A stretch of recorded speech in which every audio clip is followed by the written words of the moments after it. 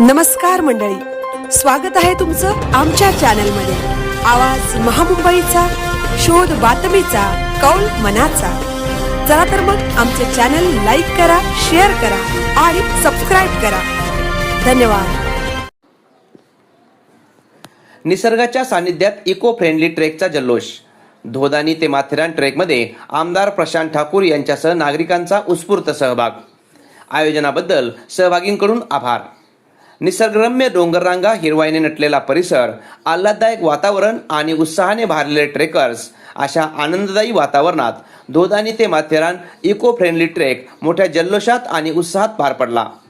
कार्यसम्राट व लोकप्रिय आमदार प्रशांत ठाकूर यांच्यासोबत नागरिक, युवक, महिला आणि निसर्गप्रेमींनी या ट्रेकमध्ये उत्स्फूर्त सहभाग नोंदवत निसर्गाच्या सानिध्यात ट्रेकिंगचा आनंद लुटला।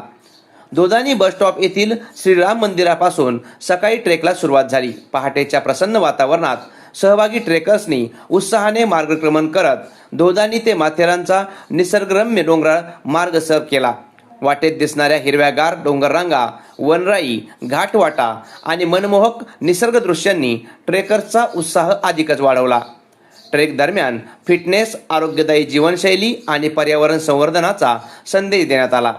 या ट्रेकिंगमध्ये भाजपचे जिल्हाध्यक्ष अविनाश कोळी, जिल्हा सरचिटणीस दीपक बेहरे, माजी शहराध्यक्ष जयंत पगडे, प्रभाग समिती सभापती रवींद्र भगत, आदर्श शिक्षण संस्थेचे चेअरमन धनराज विस्पुते, शहर अध्यक्ष व नगरसेवक सुमित झुंजारराव, युवा मोर्चाचे जिल्हाध्यक्ष आनंद ढवळे, किसान मोर्चाचे जिल्हाध्यक्ष सागर सांगडे, ओबीसी मोर्चाचे जिल्हाध्यक्ष राजेश भगत, शहर चिटणीस रुपेश नागवेकर, विश्वजित पाटील, अनेश ढवळे, युवा मोर्चाचे शहर अध्यक्ष हिमेश बहिरा, सरपंच सीताराम चौधरी, प्रशांत मोरबाळे, अंकुश पाटील, सतीश मालुसरे, निलेश भोईर, मंगेश पिलविळकर यांच्यासह इतर पदाधिकारी सुद्धा सहभागी झाले होते।